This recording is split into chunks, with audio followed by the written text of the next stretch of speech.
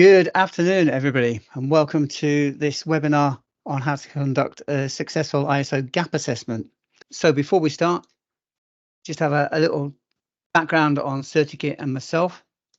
So we're a leading creator of compliance toolkits and provider of ISO services, and we're based in Derbyshire in the UK. We've been around since 2010 and helped more than 4,000 customers around the world achieve compliance to their relevant standards. We specialize in ISO standards and data protection compliance.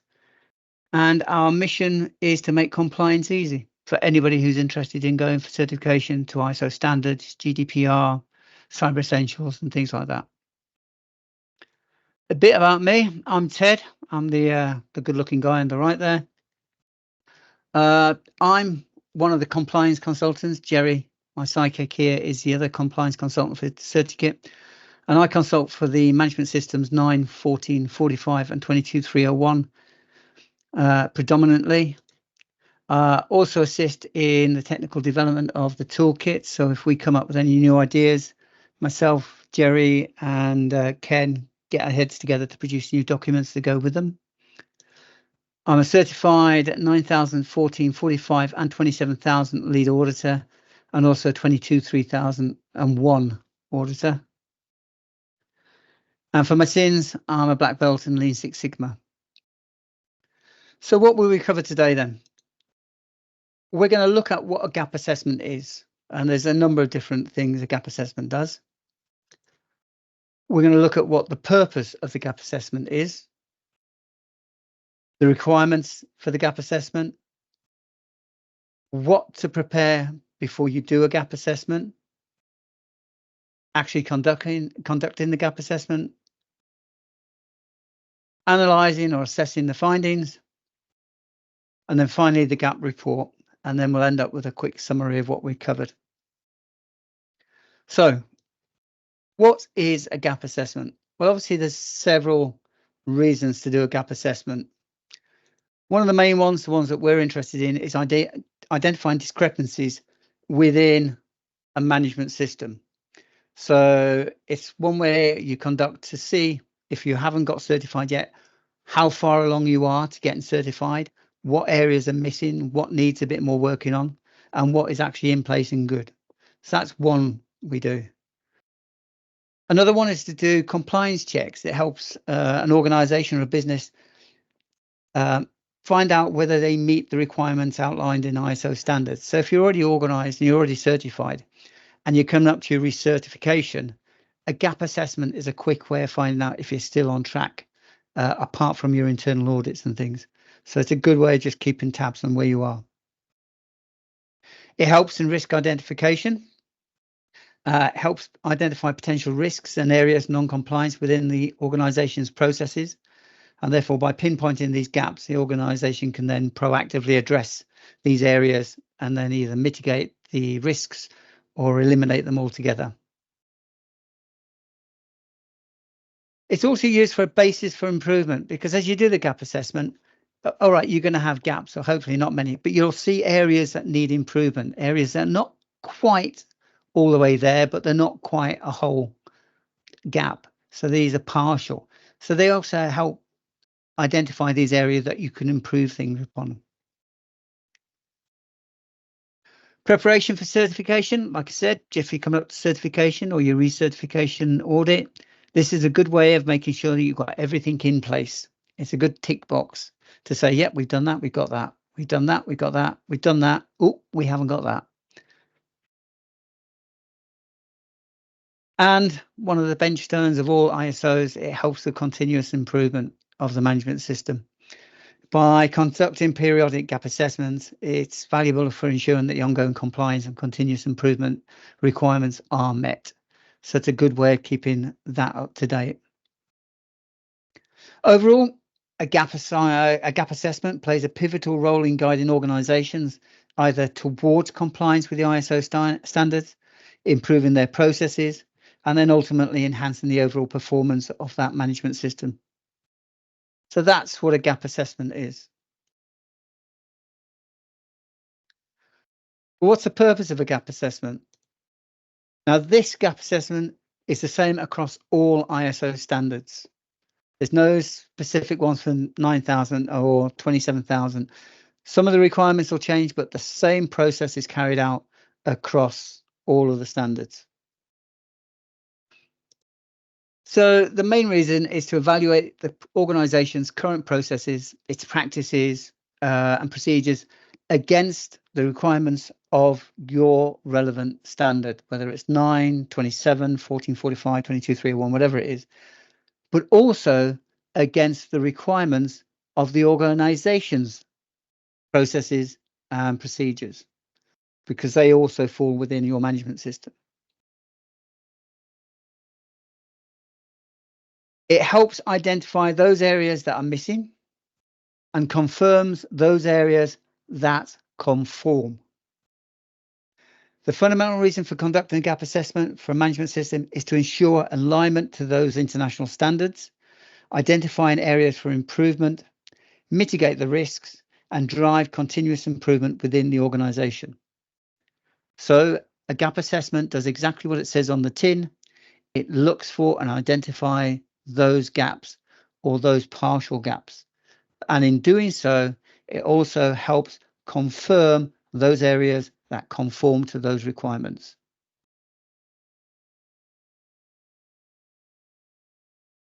So what do we need to do to conduct a gap assessment?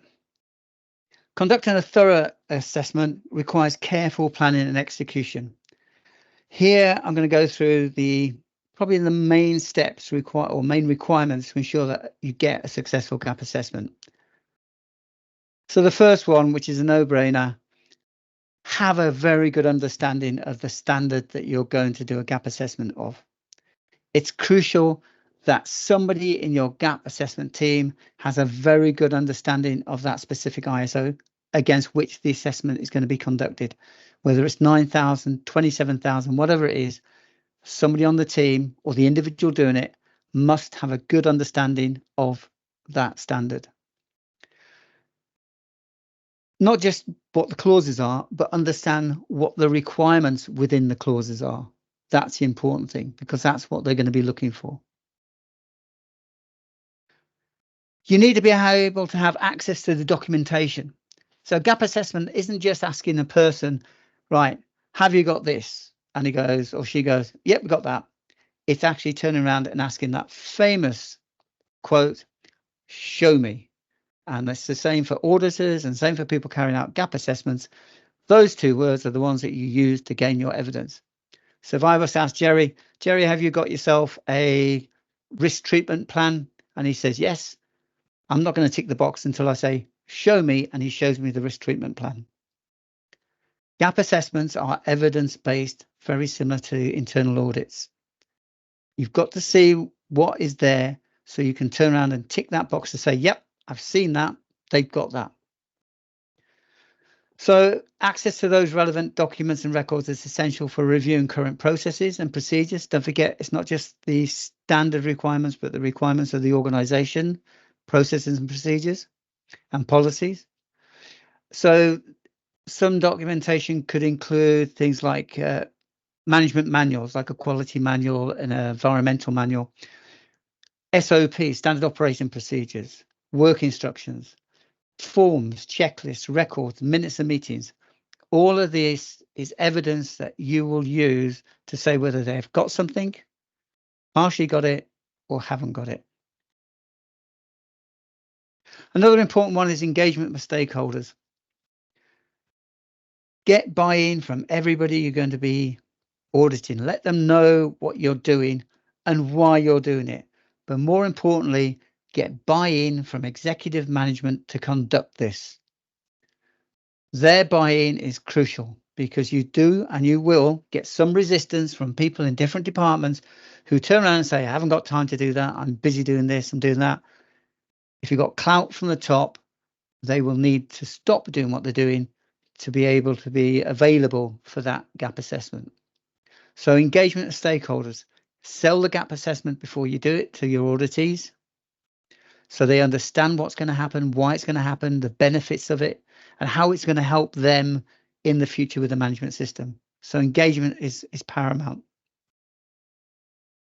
Your actual assessors, your gap assessment assessors, should ideally be people who have done something like this before.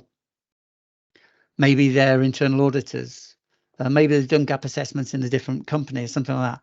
They should have experience and they should have a familiarity with the standard. Like I said, you should have somebody in the team who's a guru on it, knows it really well. Everybody else can use his knowledge or her knowledge to help them understand those areas of the standard that they're going to assess on. They should have an analytical mind, should think outside the box. They should have attention to detail, be able to interpret what the question is in more than one way and how to ask that question so it's clear. More importantly, they should have a sense of humor. And we'll talk about that a little bit later on. So having good assessors will make the gap assessment go much smoother and a lot quicker. Make sure you've got clear objectives. Why are you doing the gap assessment in the first place? What is the objective of that gap assessment? Now, is it a gap assessment as a whole standard? Is it just a gap assessment of where you are now in your implementation journey? Make sure the scope is defined and clear so everybody knows what they're doing. Now, whether it's preparing for certification or identifying improvement opportunities, whatever it is, define the objectives of that gap assessment. So if I was doing a gap assessment at 9001, my objective is to check all of the requirements in clauses 4 through to 10 that they conform with the requirements of the ISO standard and also conform with the requirements of the business's processes and procedures as detailed in clause 8.1. Clear objective for me, going for a 9001 gap assessment. So make sure it's clear. Everybody knows. If you're having a team, everybody in the team knows. So there's no deviation. They're not going to ask questions on something that nobody's prepared for. Have a structured methodology. How are you going to run your assessment? What framework are you going to use for conducting it? So there's lots of different ways of doing gap assessments, the same as there's lots of different ways of doing audits. Find the one that works best for you. Now, these may include developing assessment checklists and having audit protocols, maybe using a standardized assessment tool like we use in our toolkits. And there's within all of our toolkits, there are gap assessment tools. So it just helps you standardize how you're doing it. So if somebody does it one year and then somebody does it another year, they're using the same methodology. So make sure you understand how you're going to do this, what method you're going to do to collect your data, collect your information. Ensure that the actual gap assessment covers all the relevant areas within the scope and those processes and procedures within the scope. So like I said just a couple of minutes ago, if it's outside the scope, don't ask questions on it. So make sure the questions are based only on those areas and it gives a comprehensive evaluation of the compliance within those areas.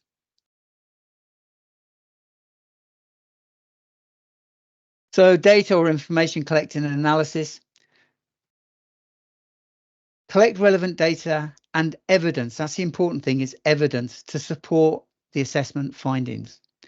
So when I say collect it, I don't mean you take away copies of it. I mean, on your checklist that you're going to use or whatever format you're going to use to record this in, make a note of the document reference, the date it was published, the version number, if you want to, who owns it, but have evidence to say that I saw this document, which is TED-01-A gap assessment report. I saw that, and that's the document I saw. Make sure you keep a note of this because it's important when you do your gap report.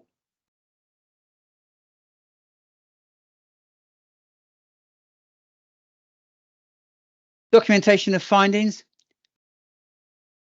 Become a prolific note taker. The more you can write down, the better it is when you come to writing your report. I've learned through bitter experience that if you don't put enough in, you're sat scratching your head. You've got to go back cap in hand and ask the same question to get the same information sometimes. So as you're doing the gap assessment, write down what the auditee is saying, the interviewee is saying. Write down the reference to the documents that he's showing you or the checklist he's showing you. Make sure you keep good set of notes because you'll be able to use this for the report, but also you'll be able to note down there whether it is something that's missing, something that's partially missing, something that's there, something that's actually really good, because don't forget, we're not going to report just the bad things, we're going to report the good things as well. So documenting your findings as you go through this gap assessment, make good notes. Sometimes if there's two of you, one person could be asking the questions, the other person could be writing the notes. If the other person's writing the notes, before you start the gap assessment, work out exactly what information need to go in that notes, so you're both aware of it. And then development of action plans. So based on the outcome, now not all gap assessments require you to do this. It depends on the organization. But if you are required to do this, at the end of the gap assessment, once you've got all your information and all that, you could sit down with the auditee and say, right, how are we going to fix this gap? How are you going to do that? Or maybe give them suggestions, right? What I've seen in the past is that they did this, did this, did this. Do you think that will work? Give them ideas of how they can fill those gaps and potential non-conformances or partial compliances that you pick up during the gap assessment. This is all part of stakeholder engagement. It's not just hunting down the gaps, but it's helping build solutions. It's going to make the gap assessment much, much better. So by fulfilling all these requirements, an organization can conduct a comprehensive and effective assessment of their management system, and that can lead to improved compliance, performance, and overall organizational effectiveness. So like I said, there's a number of reasons we do gap assessments. This covers a lot of them.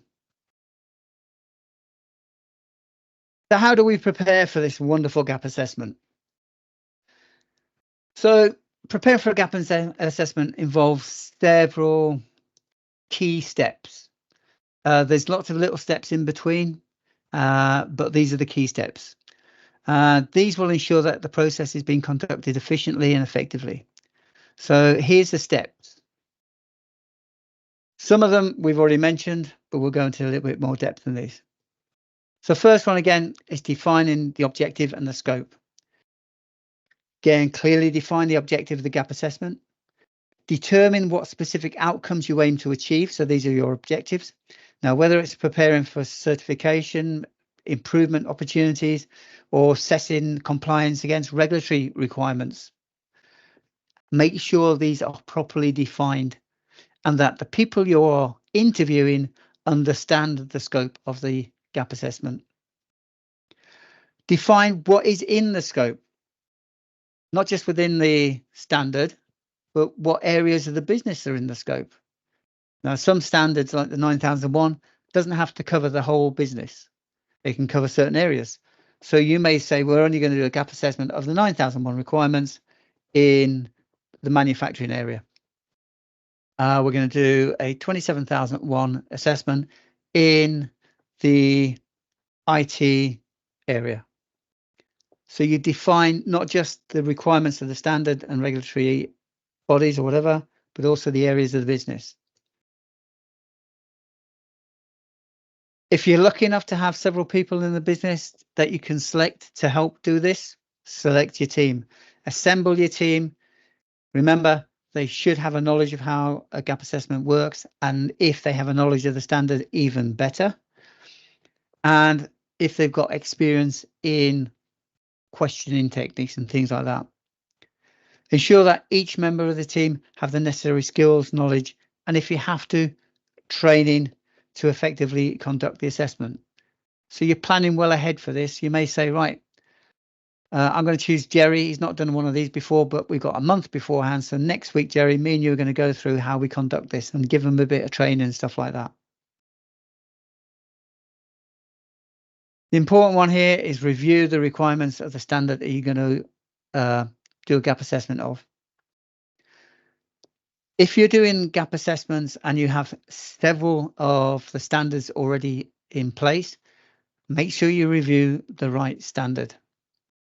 It is quite easy because the standards written in the Annex SL format have the same number of clauses with the same title of the clauses, and there's only in clause 6 and clause 8 where the major differences are. So you've got to make sure you've got the right standard that you're going to do it to. So get a copy of the standard, sit down with your team and go through the requirements within that. And also start making your checklists up from this. What am I going to ask to see in clause 4? 4.1, internal and external issues. What am I going to ask to see if they've done this? Am I going to ask if they've done a PESTLE exercise? What evidence have they got of that? What evidence have they got? Have they identified those internal and external issues? Clause 5.3, roles and responsibilities and authorities. What am I going to ask to see? Have they got that? Am I going to ask for job descriptions? Am I going to ask for a competency matrix? Think about what you're going to ask as you're reviewing the standard. It's going to make things a lot easier later on. If there's a lot of documentation, ask the people you're going to audit or assess, can we have a copy of this document? Can you have a copy of that document? If they say we haven't got that, there you already know there's going to be a gap there. But if they say yes, you can look through it and it's going to save you some time when you actually come to interviews, because you can say, right, I've already read that document. It's a little bit like a stage 1 audit when you go for certification, but at a lot less intrusive review. You're just going to look to see if they've got it, what information's in it, and does it fulfill the requirements of the standard. If it does, make a note on your checklist. Again, key thing here, engage with the stakeholders. Make sure the people who are going to be assessed have got plenty of notice that on the date of the assessment, that they are free on that date of assessment. If they're not free, they've got plenty of time to find somebody who can fill in for them on that day. Don't drop it on them the next day. Right, we're going to have a gap assessment. Quickest way to get people's backs up. So you need to engage with them and explain to them when it's going to happen, why it's going to happen, what you expect to get out from it, and how it's going to benefit them.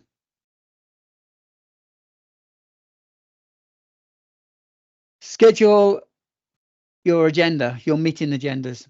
Now, gap assessments taking a lot of people, unless you're a very small business and there's 5 or 6 of you that know everything back to front, then you can just have that. But if you're looking at a company that's got maybe a couple of hundred people and they've got 3 different buildings and several different departments, you're not going to interview them all at the same time. So have a meeting agenda ready that you can share with them to say, right, at 9 o'clock, I want everybody available for the opening meeting, where you can just tell them exactly what's going to happen, just like in an audit.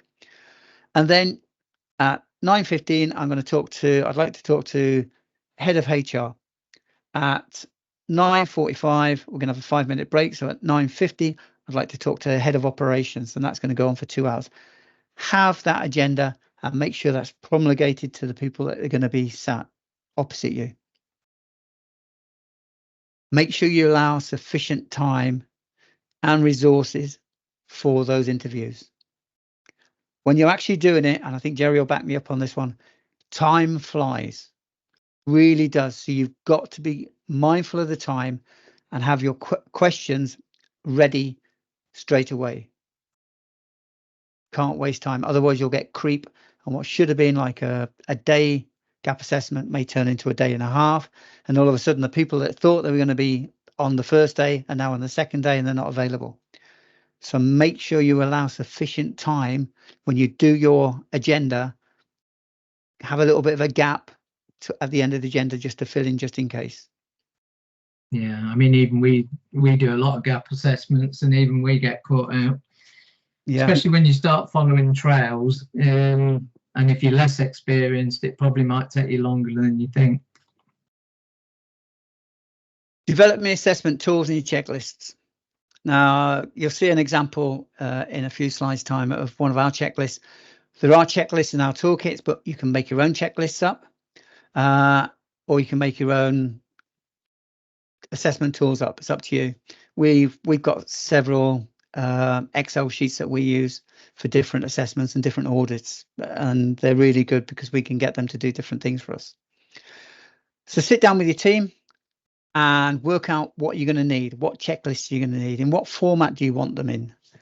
Do you need them in a table format, but with lots of space that you can do writing in? Are you going to do it on a laptop?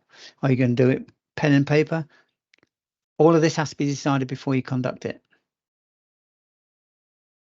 The important one here is to establish communication channels.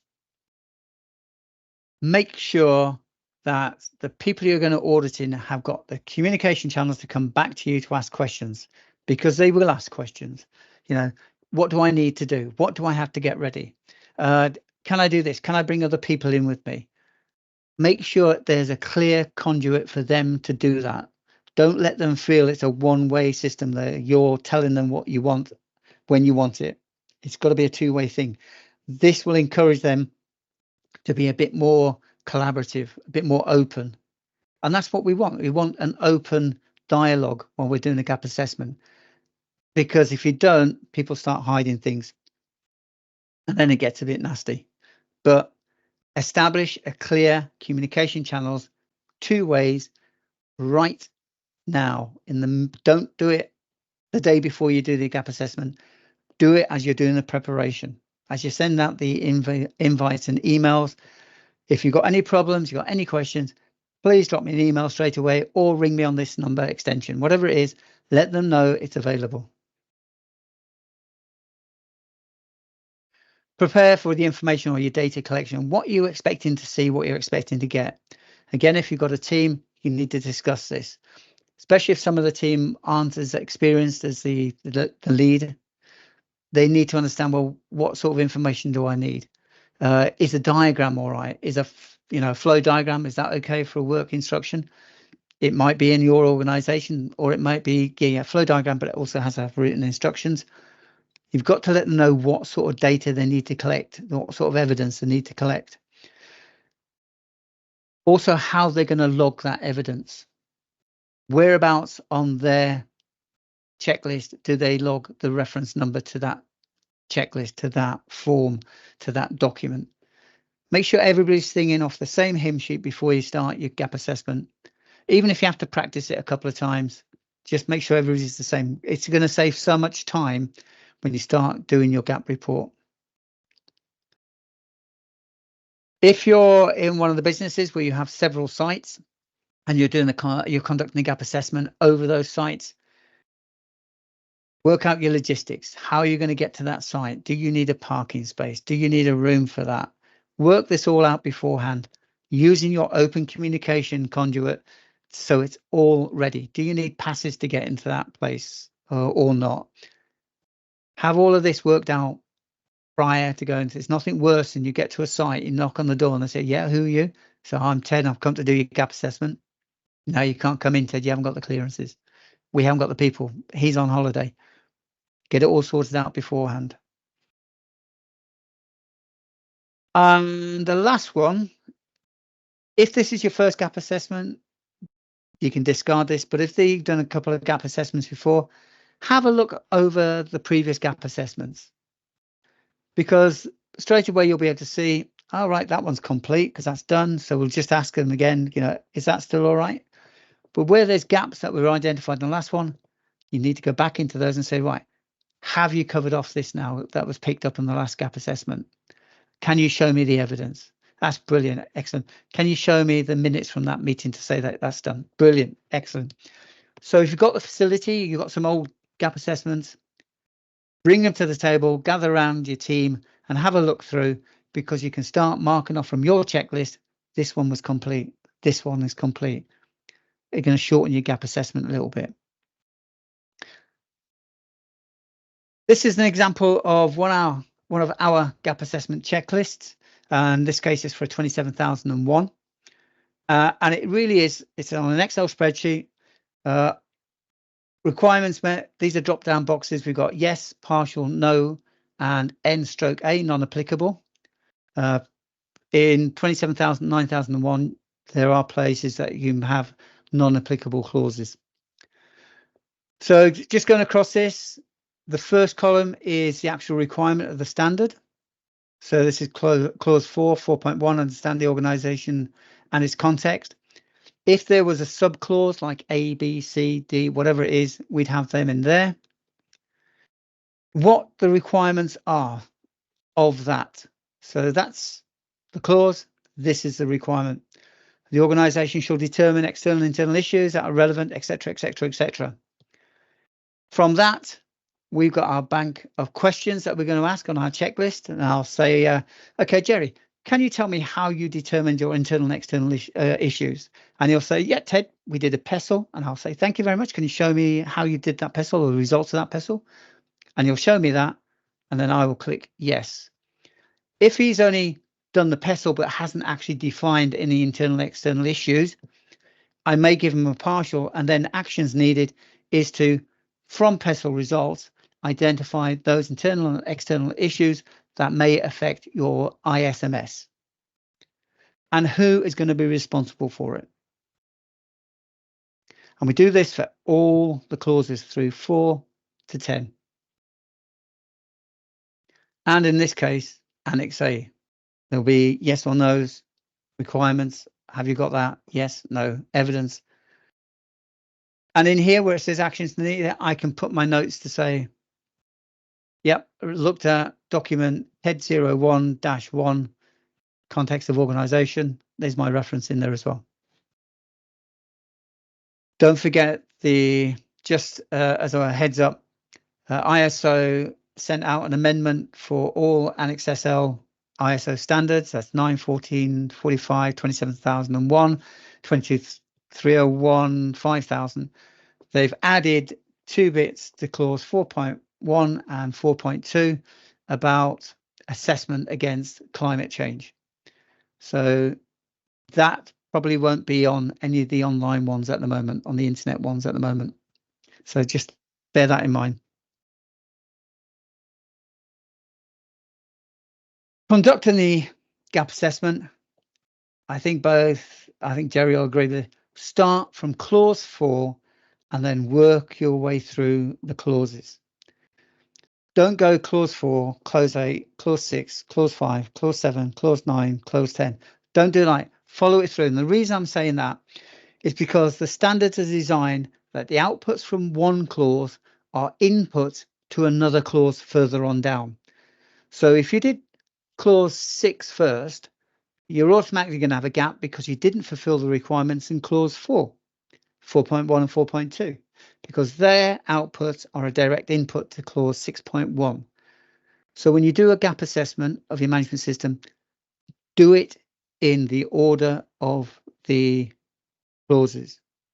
It's going to make sense because things will follow. You can actually, if you're experienced enough in the standard, you may then, as I would do, and I'm pretty sure Jerry would do, having looked at clause 4.1 and clause 4.2, I would then ask to have a look at clause 6.1 and see if they're connected, because if they're not, then there's a major gap there.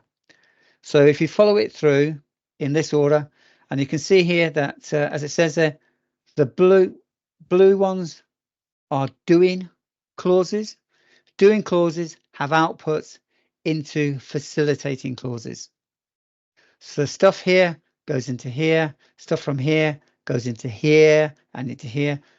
Make sure you start from 4 to 10 initially until you've got some experience. Just Ted's top tip there, that's all.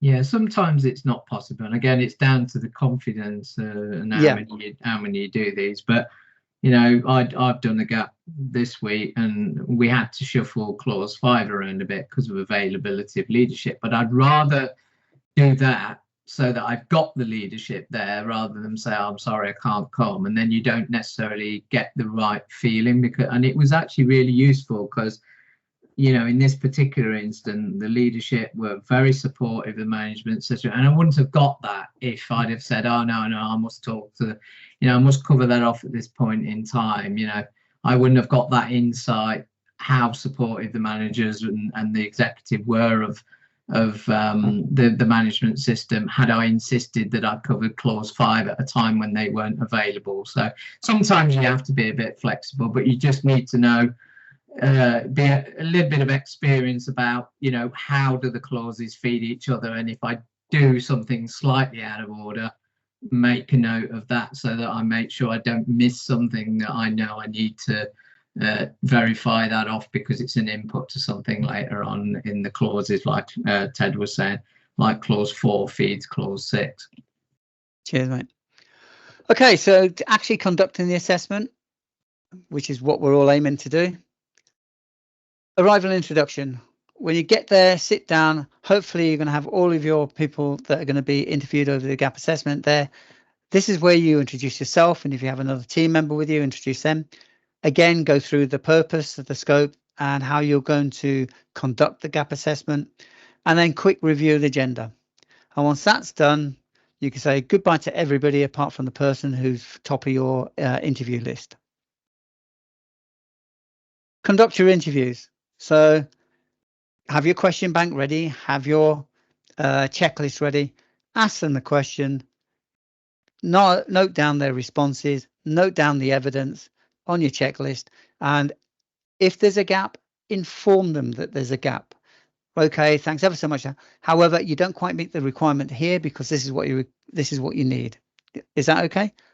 9 times out of 10, they'll say yeah, or they'll turn around and say, yeah, I don't understand that, and you need to explain things. Like I said, as you collect the information, assess the information, you know, identify the gaps, identify the partials, identify the good bits, and those areas that are fulfilled, and make sure you tick them off on your checklist with the name of the evidence to go with it. If you need to, you may have to validate the information that you're getting, okay? And that might mean asking for other information or other evidence to say they've got it. If somebody says, yeah, we've got that process, and they say, well, can you show me that process? And they go, yeah, we've got this, but it doesn't quite do it. And you can see it's almost there. You can say, well, have you got anything else? Is there a checklist associated with it? Is there a minutes of a meeting that goes with that? Seek to validate the information all the time. Seek for clarification and any additional information to ensure the accuracy of that information. Whatever you do, don't let things get heated, and they can happen. It does happen, especially if somebody is getting stressed out because they're not used to being interviewed or questioned about their processes. They get protective. Don't let it get heated. If things do, just stop where it is and say, okay, thanks. We'll just leave that one there and go on to something else. It can be brought up again later on the gap assessment. You can always go back to it when they've calmed down. Don't let it get personal. And as I said, humor is a fantastic help in this. You know, if you can make things a bit of a laugh, a bit fun, it makes things go a lot better. If you do find any holes or any partials, let them know there and then. And will you make sure you mark it down on your checklist? You know, this was not compliant. This is partially compliant because of. Initial report preparation. At the end of the interview, at the end of the gap assessment, you need to present your findings in an initial format. This isn't the official format, just initial findings. There should be no surprises to the auditees. You can't put in a gap after you've had the interview. You've got to just record what the gaps are as you're interviewing them. So at this meeting, you'll say, thanks ever so much for your time. Really appreciate your help. Just to let you know what we found. Okay, from this, and we're missing that. That's a partial, that's that. There should be no surprises because everybody you've interviewed, you've explained there's a gap there or there's a partial there, and they've accepted it. So there's no issues whatsoever. And then close the meeting by just saying again, thanks ever so much. What's going to happen now is I'm going to go away. I'm going to have a very stiff gin and tonic, and then I'm going to start writing my report. Once I've written my report, it's going to go to executive management to get reviewed and signed off, and then I will send a copy of the report, or a copy of the report will be available for you to review as soon as that's available. That's it. So arrival, interview, information assessment, validate your findings to make sure it's clear and precise. Give them the feedback at the end of the gap assessment and hold a quick closing meeting then just to say thank you, and this is what we're going to do next. 1 or 2 days to get all that in.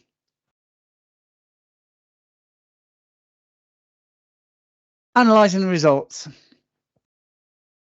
I would suggest that at the end of each interview, if you're with a team member, allow a 5-minute gap or 10-minute gap between interviewees for you just to go through what you've already seen and what gaps you are. So you're quite happy that you've got the right number, you've got the right partials in there, and you're both on the same page. If you haven't got time to do that, then this is what's done after the gap assessment. This is why taking notes and having your checklist up to date is really important. So like I said, if more than one of you get together as a team and do this. Start from clause 4 with your evidence, your notes and that, and work your way through to count the total number of fully compliant, partially compliant or non-compliant, the gaps. Carry out that for the rest of the clauses, clause 5, 6, 7, 8, 9, 10, Annex A's, if you've got Annex A's, your BCPs, etc. if you're doing 22.301. Construct a table so it's nice and clear. Clauses down the left-hand side, and I'll show you something in a second. Clauses down the left-hand side. Yes, partial, no, non-applicable across the top, and then numbers in the corresponding cells that associate with them. So it's nice and clear that people can see what it is. So this is section 4 of a report I've done. As you can see here, this is my right-hand side. I was only for yes, no, and partial, because we weren't looking at non-applicable in this case. And I've transferred this into a graphic because some people like graphics and they can assess graphics better than they can assess numerals. And then I've written here what the requirements of the standard were and what the findings of the gap assessment was. So section 4 consisted of 27 requirements to fulfill. X number currently has, the company currently has done some documented procedures, but not implemented or documented evidence in place. At present, it does not address the majority of the requirements of the standard and constitutes the needs within this clause. That's good enough for initial gap report session because you're going to expand on that when you actually do your official report. And you should have one of these for each of your clauses. Because at the end of that, you're going to total up all of them. So this is an example of an overall gap assessment result table. It shows the results by section, the total number of the requirements within each section, and then the yes, compliance, no, non-compliant, partials, and non-acceptables. So here we got is clause 4, 27 requirements, 9 yeses, 10 nos, 8 partials, no non-applicables. Clause 8 is 100 requirements, 24 yeses, 25 no's, 22 partials, and 29 non-applicable. Obviously, this is 9001 because clause 8 is where all the design, development, and all that is put. This company was a consultancy and they didn't do any of the clause 8.2, 8.3, 8.6, 8.5, and 8.6. Again, made that graph that table into this graph because some people can look at that and they can get more from that than they can reading this. You're going to use this information now to populate your gap assessment report. So this is a really important document. It contains the outcome of your gap assessment. It contains the gaps in the organization's current processes, procedures, and its relevant management system compared to the requirements of the standard and the organization's requirements. So you need to take your time over this. If you're working as a team, get the team to write up the separate areas that they were dealing with. and then as the lead, you would review it. So here's some of the key requirements or key sections of that gap assessment report. An executive summary. This should provide a high-level overview of the report's findings, highlighting the major gaps and their potential impact on the businesses. But it should also highlight the good bits you found, not just the bad bits, but the good bits. Operations, they have these number of gaps, but it was really pleasing to see that they had done this, and had this in place. A tick always helps. What the scope and the objectives of the gap assessment were. You already defined that right at the beginning of this, so you can just pick that up and put that in here. What was the methodology you used to collect the information? Did you use just questioning interviews? Did you do observations? So you sat with somebody as they carried out a process or something like that. Document how you carried out the collection of that evidence. And then the big one, the findings. So this is where you're going to take all of those graphs and that findings that we've been working on clauses 4 to 10 with. I'm going to put it in here. So it looks good, and because everybody likes a good picture, so good graphs in there it gives them a good feeling, a good idea of where you are within that gap assessment, where you are with your gaps. And this is the core of the report. So each section with your table of requirements and of whether they're complied, non-complied, or partial or not applicable, with your graphic to go with it, it needs a good explanation. So this is where you're going to take your notes from your interviews and then do a JK rolling on them, expand them, build on them, explain where the gaps were, why you thought the gaps were there. It's an important, this is the backbone of the whole document. Recommendations. Now, you may not have the skills in all of it to do recommendations, but you will be able to turn around and say, from this gap assessment, we see that the areas that need concentrated work on are clauses this, in this area, and this area. And we would recommend that these areas are then reviewed, action planned, and then implemented. Basic ones, unless you've got the knowledge to say, we would recommend that you implement this, do that, you can do that as well. Add a conclusion.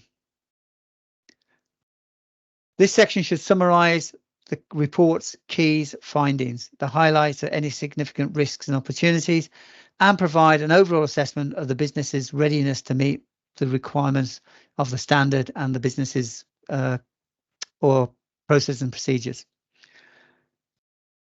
If you're doing 27001, or if you're not, or if you want to put other information in there that's not required in the body of it, add some annexes. So this could be like supporting documentation, such as interview transcripts, checklists, invoice examples, templates, examples of either good stuff or stuff where things have gone wrong or don't fulfill the requirements. Don't have to have these if you don't want them, but if there's something in your findings that references them, you can then say reference Annex B, invoice, blah, blah, blah, and you can see where the mistake is. Remember, the ISO gap assessment report should be clear, concise, and actionable. So it's not just this is missing, this is missing, this is missing. Your recommendations should help them produce actionable responses to that. It should provide senior management with a list of recommendations for filling the gaps, improving those areas that conform partially in order to achieve full compliance. Once you've completed it, review it. Get your team to review it, and then you review it again. And when you're happy, you send it off to the executive management for their review and their sign off. It doesn't go anywhere else until they've seen it and they've signed off. Once it's signed off,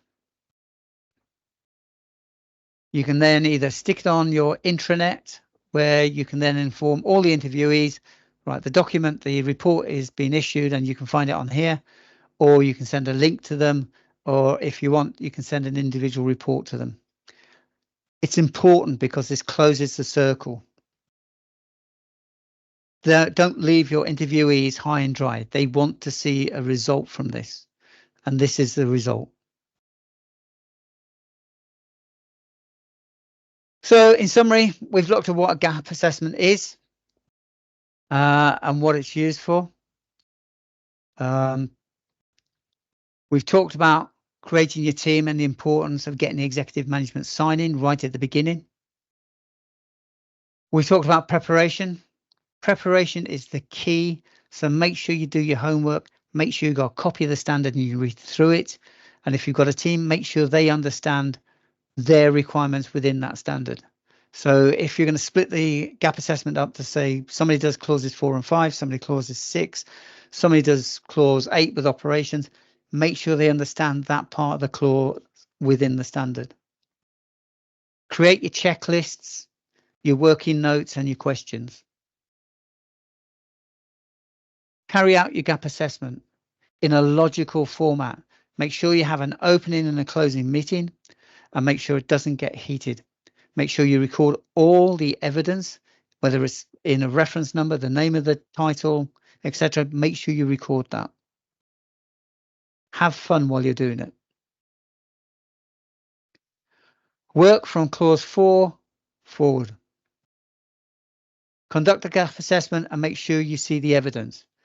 Don't take somebody's word on it, see it for real. If you ask somebody, how often do you do team meetings? They say every month.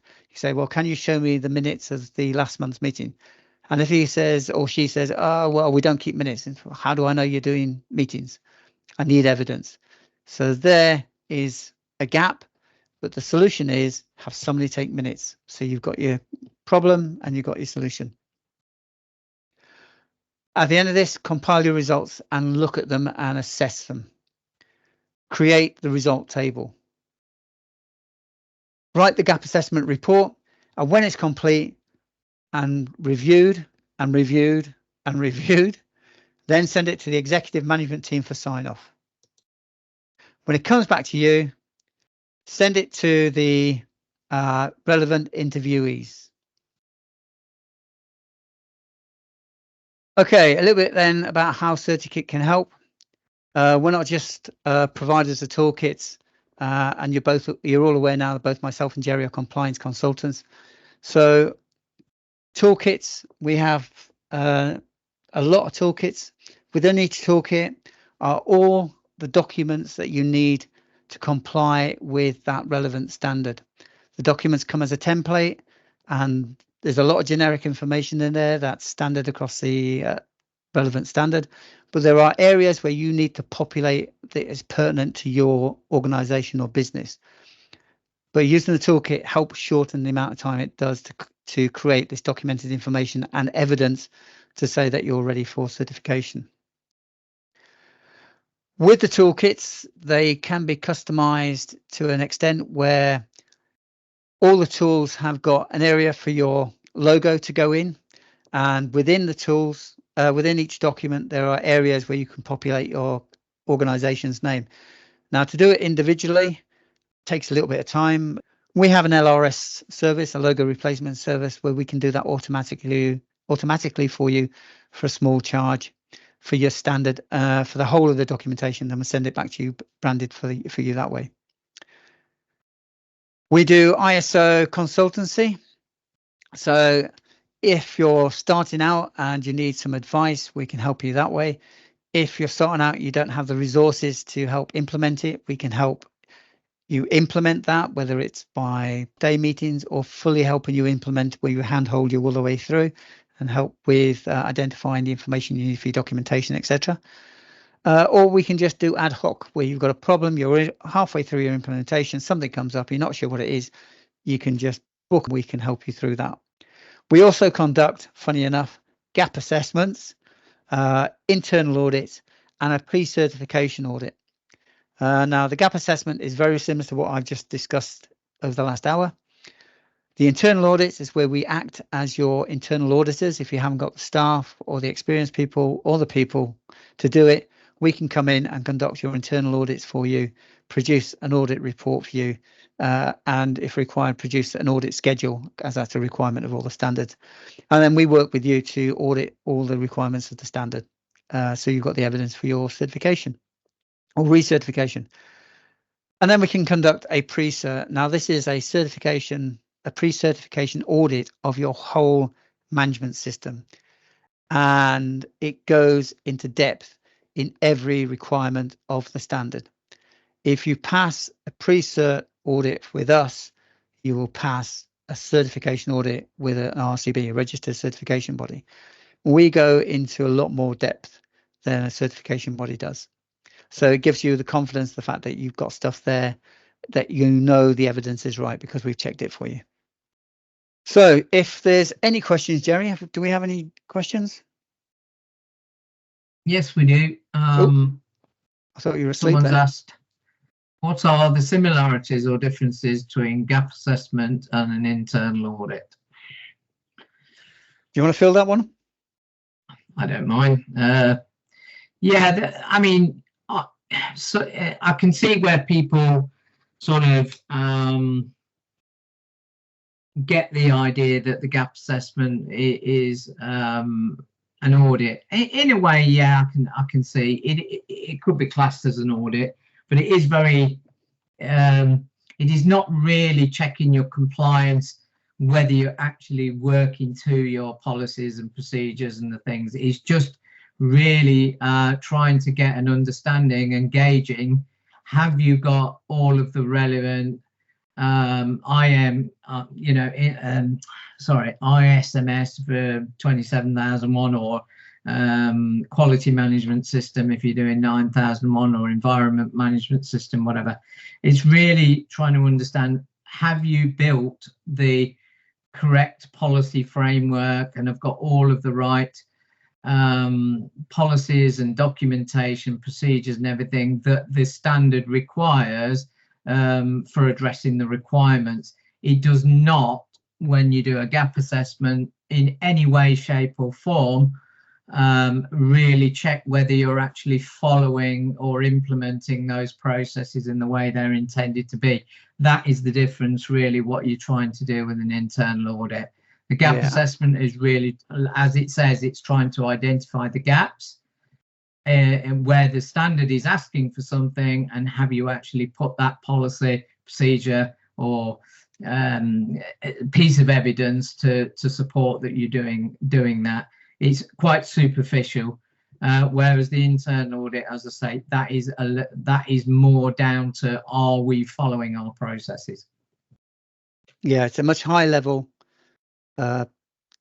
assessment where you're looking for the evidence to say, have you got a procedure? Yeah, we got a procedure. We're not saying do you follow it, we're just saying, have you got that procedure? Have you got evidence of this? Whereas with an internal audit, we were saying, do you have a procedure? Yes, we do.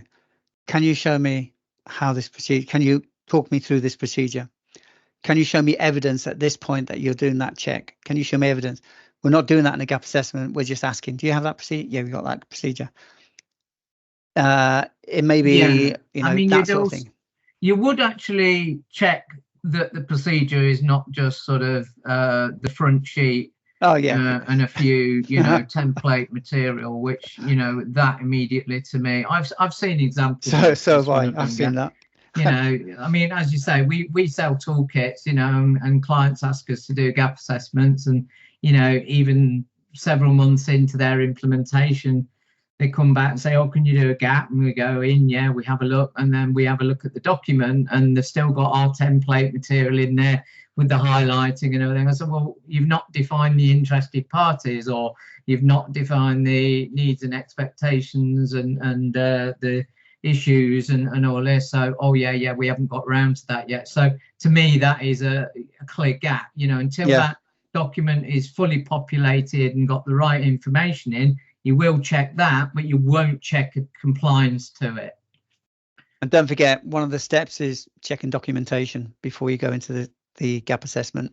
So you will have that in your notes. So when you talk to the person who's responsible for that document, and you say, have you got that procedure? And he goes, yeah, we have, or she, yeah, we have. I've reviewed this document and I found that in fact you haven't completed that document.